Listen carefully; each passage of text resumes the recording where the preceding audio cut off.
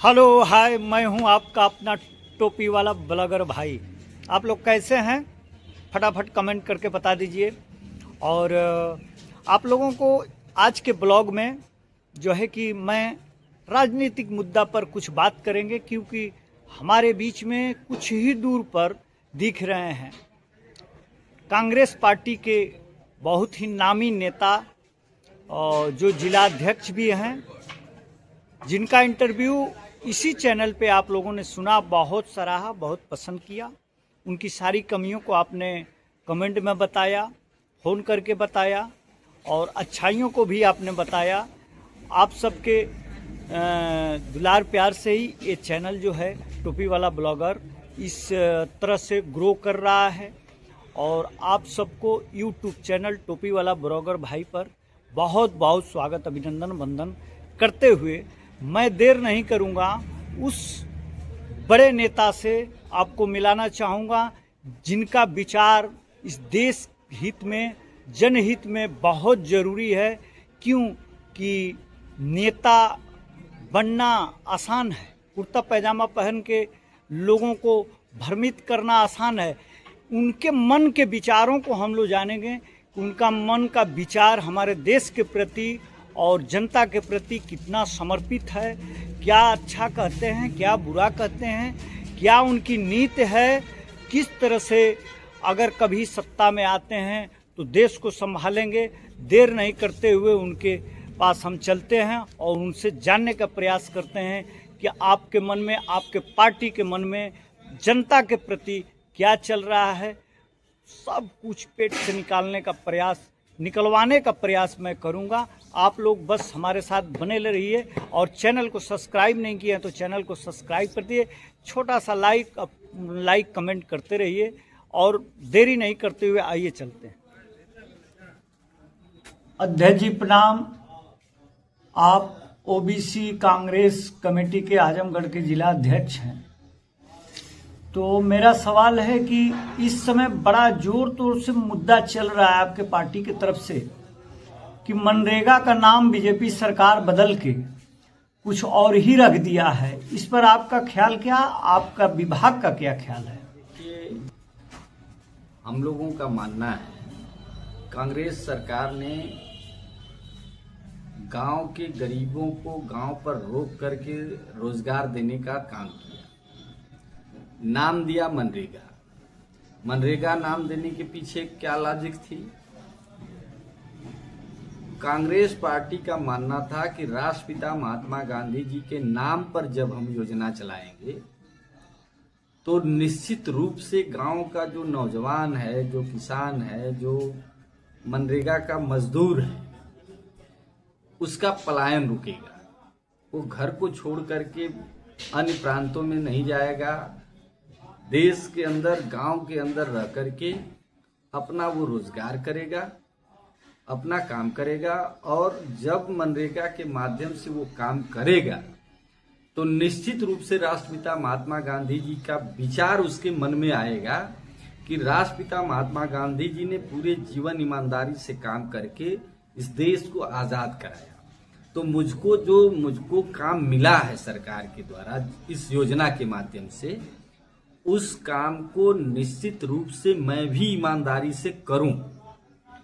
राष्ट्रपिता महात्मा गांधी के नाम को जीवित रखना था, लेकिन जो वर्तमान सरकार है ये नाथूराम गोडसे के विचारों को मानने वाली सरकार है। ये राष्ट्रपिता के हत्यारों को मानने वाली सरकार है। एक तरफ राम के नाम पर ये पूरे देश का माहौल बिगाड़ने का काम कर रहे हैं। मर्यादा पुरुषोत्तम रामचंद्र जी ने तो संदेश देने के लिए सेवरी का जूठा बैर खाया था। वह संदेश दिए थे कि इस देश में जो मानव के रूप में पैदा हुआ है उसके अंदर किसी प्रकार का छुआछूत नहीं है, कोई छोटा बड़ा नहीं है, इंसान। उस इंसानियत को इन लोगों ने तार तार करने का काम किया है। ये लोग ऐसी व्यवस्था को लागू करना चाहते हैं देश के अंदर जो बिल्कुल ही जातिवाद को बढ़ावा दे रही हो, क्षेत्रवाद में मतलब धर्मवाद को बढ़ावा दे रही हो, कट्टरता को ला रही हो और जब भी किसी भी देश में कट्टरता हावी होती है तो निश्चित रूप से वहां पे क्रांति होती है। यह देश गृह युद्ध की तरफ जा रहा है। हिंदू मुसलमान के नाम पर यह सरकार लड़ाना चाहती है। मनरेगा के माध्यम से जिस मजदूरों का पलायन रोका गया था उसको समाप्त करने के लिए तरह तरह का हथकंडा ये सरकार अपना रही है। महात्मा गांधी जी के अस्तित्व को दबाने का प्रयास, कुंठित प्रयास चल रहा है, जबकि कांग्रेस के लोगों ने ही नहीं, दुनिया के अन्य देशों में अगर आप जाएंगे तो देखिएगा कहीं भी गोडसे का नाम लेने वाला कोई नहीं है। अन्य प्रांतों में, अन्य देशों में आप जाएंगे तो दुनिया के अंदर अगर कोई दर्शन पढ़ाया जाता है तो वो दर्शन है गांधी दर्शन। गांधी दर्शन ही पूरी दुनिया के अंदर लागू होता है। और जहां पे प्रतिमाओं की पूजा नहीं होती है वहां भी गांधी जी की प्रतिमा को रख करके लोग अपने देश को संदेश देना चाहते हैं कि एक अकेला व्यक्ति इस तरीके कांग्रेसी बिल्कुल कटिबद्ध है। और यहाँ का प्रत्येक नागरिक इस बात को समझ रहा है कि यह देश की सरकार और प्रदेश की सरकार महात्मा गांधी जी के सिद्धांतों से नफरत करती है। क्योंकि महात्मा गांधी जी कहते थे सबको समझ दे भगवान, ईश्वर अल्लाह तेरा नाम। जिनका मानना था कि हिंदू मुस्लिम सिख ईसाई सभी भाई भाई हैं और जितना मत राम को दिया था उतना ही मत इन्होंने अल्लाह को भी दिया था। लेकिन ये लोग कट्टरवादी लोग हैं, इस देश की एकता और अखंडता को खंडित करना चाहते हैं, देश को धर्मवाद में उलझाना चाहते हैं। क्योंकि किसी भी देश का विकास तभी संभव है जब वह देश उस देश के संविधान के अनुसार चले, धर्म के अनुसार नहीं। संविधान आपको एक तरफ दंडित करना चाहता है, दोषियों को दंडित करता है, तो वही अच्छे काम करने वालों के लिए संविधान प्रोत्साहित भी करता है। धर्म आदमी को अंधभक्त बनाता है। अंधभक्त का अर्थ होता है कि जो उसके पुरोहित बताते हैं, जो उसके अगुआ बताते हैं, उसको बिना विज्ञान की कसौटी पे कसे, बिना उसको समझे मान लेना ही अंधविश्वास है। और संविधान कहता है कि जो विज्ञान की कसौटी पे खरा उतरे उसको मानिए, पहले जानिए फिर मानिए। और धर्म में होता है कि पहले मानिए जानिए मत। तो इस तरीके से लोगों के अंदर शिक्षा के प्रति उदासीनता पैदा हो। आप देखेंगे कि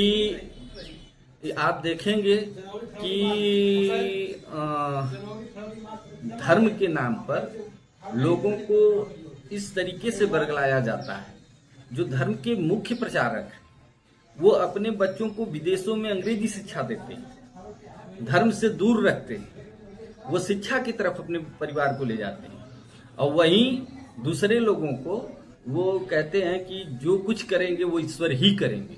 मैं मानता हूं ईश्वर सत्या है, उसको नकारा नहीं जा सकता है, लेकिन सिर्फ ईश्वर पर टिका रहना ये किसी भी तरह से देश हित में संभव नहीं है, देश हित में नहीं है। क्योंकि धर्म में भी कहा गया है कि कर्म प्रधान विश्व करी राखा, जो जस करे तुस फल चाखा। तो धर्म की प्रधानता को नहीं, कर्म की प्रधानता को माना गया है, महान बताया गया है।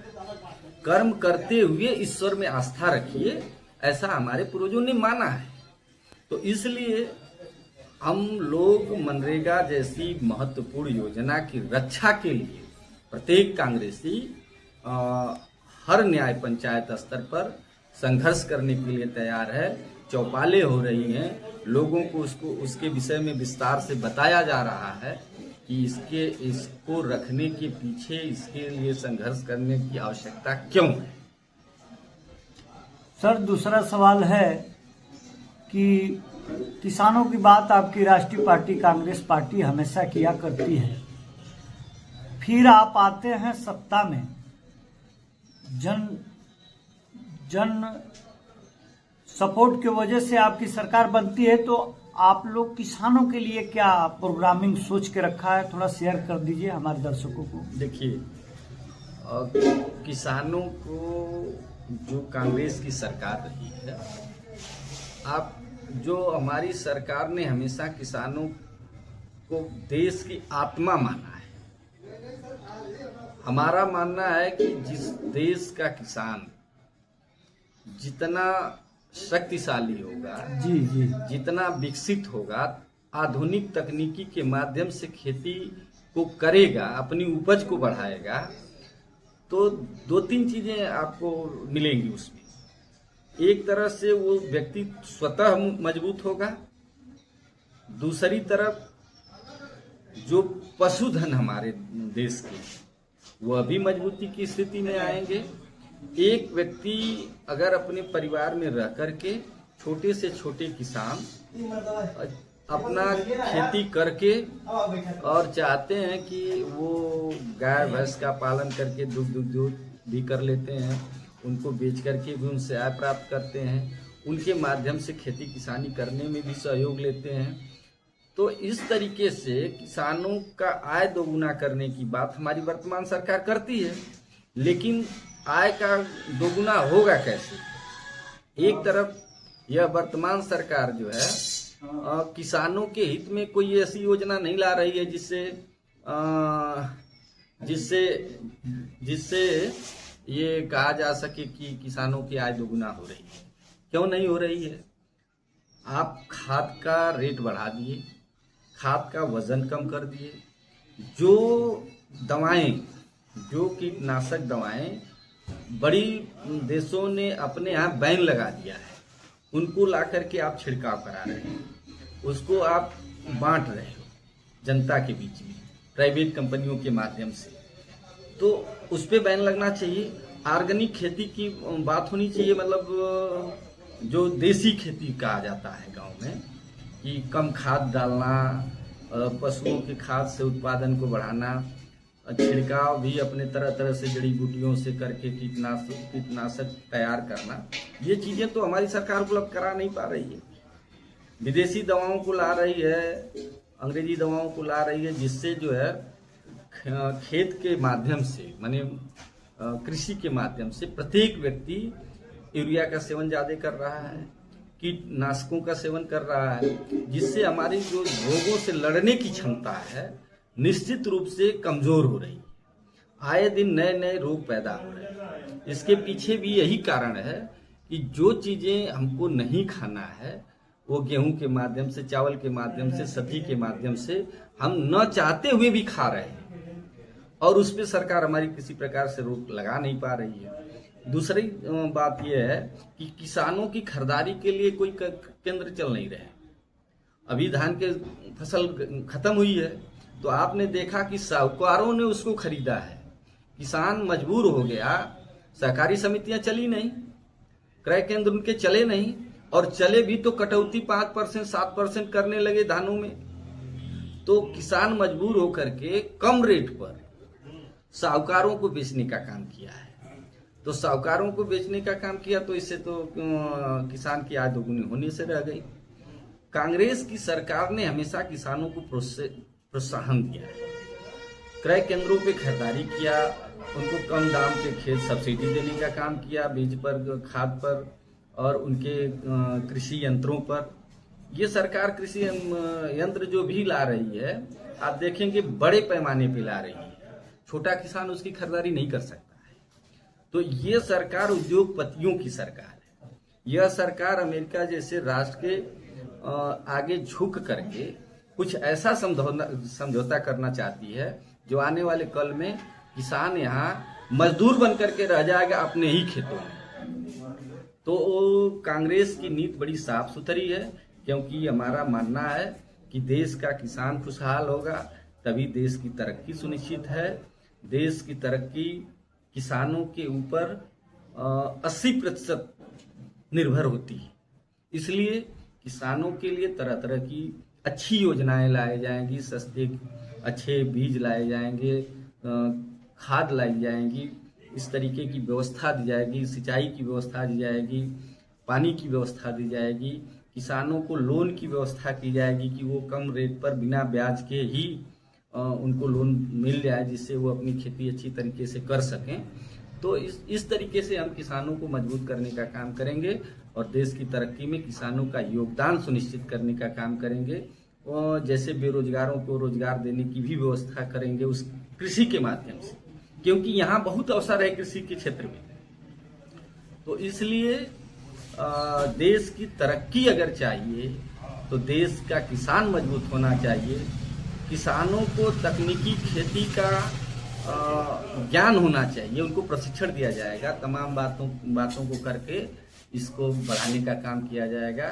किसानों को तरह तरह की सुविधाएं दी जाएंगी, जिससे वो अपनी खेती को मजबूती के साथ अच्छी उन्नति के साथ कर सके और अपने आय में वृद्धि कर सके। ये कांग्रेस की पॉलिसी रही। कहीं ऐसा तो नहीं कि सत्ता में आने के बाद 50 किलो बोरी में खाद मिलता था तो 45 किलो हो गया, तो आपकी जब सत्ता आए तो 40 किलो हो जाए, ऐसा तो नहीं ना होगा? देखिए, ये भविष्य के गर्त में है, लेकिन आपको एक उदाहरण देते हैं। जब यह देश आजाद हुआ जी, तो यह देश भूखा भारत था। लोग नंगा भूखा भारत मानते थे इसको। गरीबी चरम पे थी, भूखमरी थी, लेकिन हमारे महापुरुषों ने, हमारी सरकारों ने ऐसी योजनाओं को लाया कि जो किसान आत्मनिर्भर नहीं था, साहूकारों के मकर जाल में फंसा हुआ था, उसको निकालने के लिए हमारी सरकारों ने तमाम योजनाएं लाई। छोटे छोटे किसानों को, जिनके पास व्यवस्था अच्छी नहीं थी, मुर्गी पालन से लेकर के बकरी पालन से लेकर के कुछ सुअर पालन से लेकर के छोटी गाय पालन से लेकर के तमाम व्यवस्था दिया कांग्रेस ने किसानों का आय बढ़ाने के लिए। और खाद जैसे लोग नहीं डालना चाहते थे, तो खाद ग्राम सेवकों के माध्यम से खेतों में छिड़काव करा करके कुछ पढ़े लिखे लोगों के परिवार को प्रशिक्षित करके उसमें लाभ देने का काम किया गया। तो निश्चित रूप से यह मानिए कि जो कांग्रेस की सरकार ने इस देश को जमीन से उठा करके शिखर तक पहुंचाने का काम किया है, तो निश्चित रूप से ऐसी कोई योजना नहीं लाएगी जिससे कि हमारे देश के किसानों का किसी प्रकार से अहित हो सके और देश का विकास की गति रुक सके। कांग्रेस हमेशा उन्नति की बात की है, कांग्रेस हमेशा भाईचारा की बात की है, कांग्रेस हमेशा शिक्षा की बात की है। ये वर्तमान सरकार में रहने वाले लोग जो है ना, आपको एक उदाहरण दे रहे हैं। जब ऐसा नहीं मानिएगा कि मैं समाजवादी पार्टी का सपोर्ट कर रहा हूं। जब हमारे स्वर्गीय नेता राजीव गांधी जी ने इस देश में तकनीकी को लाने का काम किया, मोबाइल को लाने का काम किया, कंप्यूटर को लाने का काम किया, तो इन लोगों ने सड़क से लेकर के सदन तक उसका विरोध किया कि ये गलत हो रहा है, यह जो है उचित नहीं है। इसके पीछे क्या लॉजिक थी? राजीव जी का मानना था कि गरीब से गरीब व्यक्ति इंटरनेट के माध्यम से पूरी दुनिया की मुख्य धारा से जुड़े और उससे बच्चों को, गरीब से गरीब बच्चों को शैक्षणिक व्यवस्था दिया जाए, इनको पूरी दुनिया से जोड़ दिया जाए। और बाद में क्या हुआ कि जब इस नीति को अखिलेश जी ने इस प्रदेश में लागू करने का काम किया, बच्चों को लैपटॉप देने का काम किया, तो उन्होंने ये नहीं कहा कि इस समुदाय के बच्चों को हम देंगे, इस बिरादरी के बच्चों को देंगे। उन्होंने एक शिक्षा को बढ़ावा देने मात्र के लिए एक घोषणा किया कि जो बच्चा हाई स्कूल इंटर पास करेगा उसको मैं लैपटॉप दूंगा। उसके पीछे सोच क्या थी कि लैपटॉप कुछ चिन्हित परिवारों में था, जो उद्योगपति थे, जो पढ़े लिखे लोग थे, जो आर्थिक रूप से शक्तिशाली थे, उन्हीं के बच्चे लैपटॉप और बड़ी बड़ी मोबाइल के माध्यम से अपना काम कर रहे थे। तो अखिलेश जी ने देखा राजीव जी की नीतियों को लागू करते हुए कि हम जब हमारे प्रदेश के 90% आबादी लैपटॉप से दूर है, दूरसंचार से दूर है, तो हम जो कंपटीशन आने वाले हैं, जो कंपटीशन में बैठे हुए लोग थे, जो आयोग में थे, जो बड़ी बड़ी नौकरियों को संचालित करने वाले लोग थे, तो उन लोगों ने क्या किया कि ये एक योजना बनाया कि जब 85% के लोग नौकरियों में आने लगे हैं तो इनको रोका कैसे जाए। तो इन लोगों ने कहा कि ऑनलाइन परीक्षाएं कराई जाए। तो जो माँ बाप अपने बच्चों की 1500 फीस नहीं भर पा रहे थे, 500 रुपया फीस नहीं जमा कर पा रहे थे, साइकिल खरीद करके नहीं दे पा रहे थे, वो महंगे लैपटॉप तो देने से रह गए। तो ऐसी स्थिति में देश के 85% आबादी के बच्चे कंपटीशन में नहीं जा पा रहे थे। जो नौकरियों के लिए कंपटीशन होता था उसमें बैठ नहीं पा रहे थे, क्योंकि उनके पास कोई इस तरीके की शिक्षा नहीं थी। तो इसको लागू किया अखिलेश जी ने, कहा कि सब बच्चों के घर पे जो है, जो पढ़े लिखे लोग होंगे उनके पास लैपटॉप होगा, तो ऑनलाइन जो परीक्षाएं होंगी उसमें गरीब का बेटा भी पहुंचेगा, वो नौकरी के लिए कंपटीशन में बैठेगा। तो इसके खिलाफ सामंतवादी विचारधारा के लोग, पूंजीपति विचारधारा के लोग गांव में जाकर के दुष्प्रचार किए कि जैसे गांव में कहते हैं कि फलाने तोरे लड़कवा के हम देखली हैं, वो एठे मेढ़ी के उखी के मेढ़ी के बैठ के पढ़त रहे हैं, अब तो पढ़ गए। तो उससे क्या हुआ कि जो भोले भाले किसान थे न, गांव के लोग थे, वो बच्चों की समस्या को समझ नहीं पाए, क्योंकि नेट चलता नहीं था, गांव में नेट की व्यवस्था मजबूत नहीं थी। तो इसलिए लोग कुछ गांवों से बाहर होकर के बच्चे किसी बगीचे में बैठ करके, किसी खेत के किनारे बैठ के, जहां नेट पकड़ता था, कभी पढ़ाई भी करते थे। उसमें 1% फिल्म भी लोग देखते रहे होंगे, लेकिन पढ़ाई भी करते थे पढ़ने वाले। तो अब वो जनता गई भड़क कि ये तो लैपटॉप दे करके बच्चों को बिगाड़ रहे हैं। अब वो बुद्धिजीवी लोग थे, वो उस अच्छी नीति को भी गलत साबित कर दी। तो इसलिए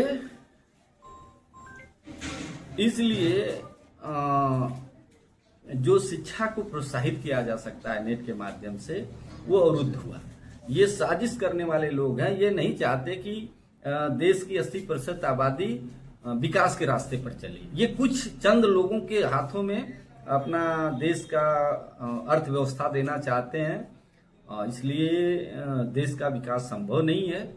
ये देश को निश्चित रूप से गर्त के रास्ते पर ले जाना चाहते हैं, विकास के रास्ते पर नहीं ले जाना चाहते। ये डमरू बजाने वाले लोग हैं। आप देखेंगे कि डमरू बजा करके एक मदारी किसी तरह से किसी बाजार में देखेंगे, किसी कोर्ट कचहरी के आसपास देखेंगे, किस तरीके से बारीकी से लोगों को ठगता है। पहले वो कपड़े का सांप बनाएगा, कहेगा अभी ये दौड़ने लगेगा, चलने लगेगा, और इसके बाद फिर मीठी मीठी बात करेगा, इधर उधर की बात करेगा, फिर लोगों से पैसा ऐंठने का काम करेगा। ठीक उसी प्रकार से ये वर्तमान सरकार बीन बजा करके इस देश के लोगों को लूटने का काम कर रही है, देश को विकास के रास्ते से भटकाने का काम कर रही है। इस देश की ताना बाना को समाप्त करना चाहती है और यहाँ से लोकतंत्र खत्म करना चाहती है, क्योंकि यह जानती है सरकार में बैठे हुए लोग जानते हैं कि अगर इस देश में लोकतंत्र रहेगा तो वो सामंतवादी विचारधारा खत्म हो जाएगी और यहाँ पे प्रत्येक व्यक्ति आपस में एक भाई की तरह से रह करके देश में बराबरी, समतावादी विचारधारा को समाप्त करके ये लोग चाहते हैं कि इस देश में बंटवारे की राजनीति हो। लेकिन कांग्रेस की नीति रही है समता, समानता, बंधुत्व को इस देश में प्रचारित करना, भाईचारा को प्रचारित करना। इसलिए इस देश को पुनः कांग्रेस की आवश्यकता है। राहुल गांधी जी की आप नीतियों को देखिए, जिन बातों को उन्होंने कहा कि इस सरकार की यह नीति गलत है, उसको लोगों को मानना पड़ा। कांग्रेस के लोग सिद्धांत से कभी समझौता नहीं करते। इसी बीजेपी के लोगों ने बोफोर्स तोप कर लेकर के तमाम हंगामा खड़ा किया, लेकिन जब कारगिल में हमारे देश के आन मान सम्मान और स्वाभिमान की रक्षा करने की बात आई तो इसी बोफोर्स तोप से हमारे देश की रक्षा हुई और पाकिस्तान के लोगों को मुंह की खाना पड़ा। नसबंदी जैसी योजना हमारी स्वर्गीय नेता इंदिरा गांधी जी ने लागू किया, तो इस आरएसएस के लोगों ने गांव-गांव इसका दुष्प्रचार किया, उस पर सरकार हमारी चली गई। लेकिन पूरी दुनिया के लोगों ने माना कि देश हित में नसबंदी आवश्यक है परिवार नियोजन के लिए, आपने देखा मनरेगा जैसी योजना को लेकर के देश की अर्थव्यवस्था को लेकर के मनमोहन जी की सरकार चली गई, लेकिन उन्होंने समझौता नहीं किया। हम सरकार के लिए नीति नहीं बनाते हैं, हम देश हित में नीति बनाते हैं, राष्ट्र हित को सर्वोपरि रखते हैं, राष्ट्र के विकास के लिए काम करते हैं, व्यक्ति के लिए नहीं, जाति के लिए नहीं, इस देश की एकता और अखंडता और भाईचारा के लिए हम नीति बनाते हैं, देश के विकास के लिए हम रास्ता बनाते हैं और पूरी दुनिया को मजबूर कर देते हैं इस बात को मानने के लिए। सरकारें रहें, सरकारें चली जाएं, इससे कोई फर्क नहीं पड़ता है, लेकिन नीति जिंदा जिस देश की रहेगी, जिस देश का संविधान जिंदा रहेगा, उस देश का विकास कोई माई काला दुनिया का। सरकार आती है तो आप ओबीसी के लिए स्पेशल क्या करना चाहेंगी कि जो आपसे आज आपका भाषण सुन के, आपका इंटरव्यू सुन के लोग जुड़ना शुरू कर दें? नहीं, देखिए, सबसे बड़े पिछड़े समाज की आवश्यकता है शिक्षा।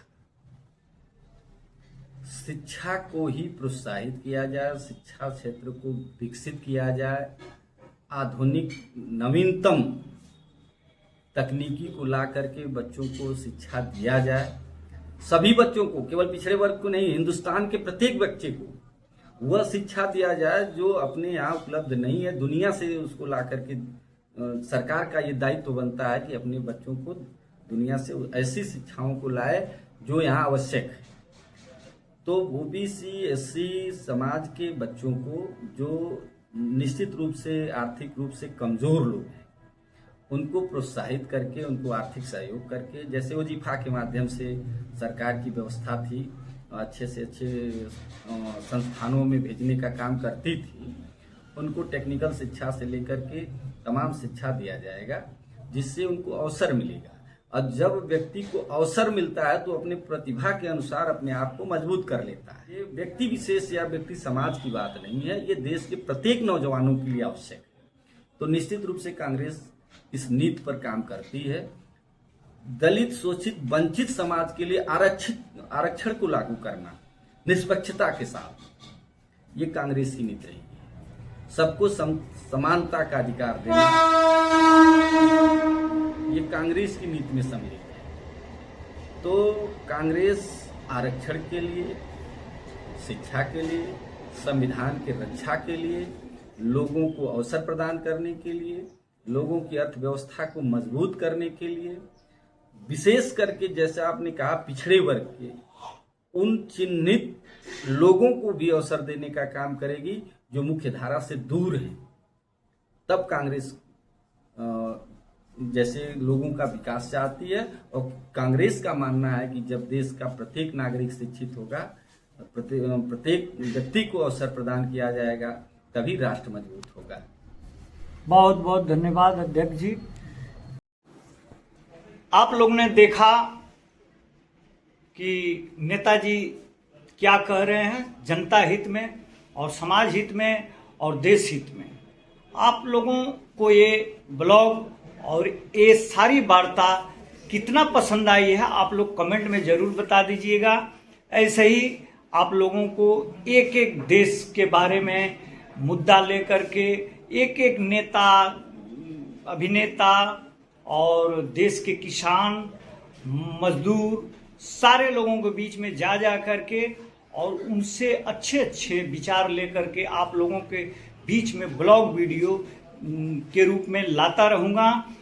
बहुत लंबी हो रही है वीडियो, जाते जाते जो है कि आप लोगों से हर वीडियो के तरह से और विदाई के वक्त जैसे कहना पड़ता है कि टाटा बाय बाय, राधे राधे, जय हिंद, जय भारत।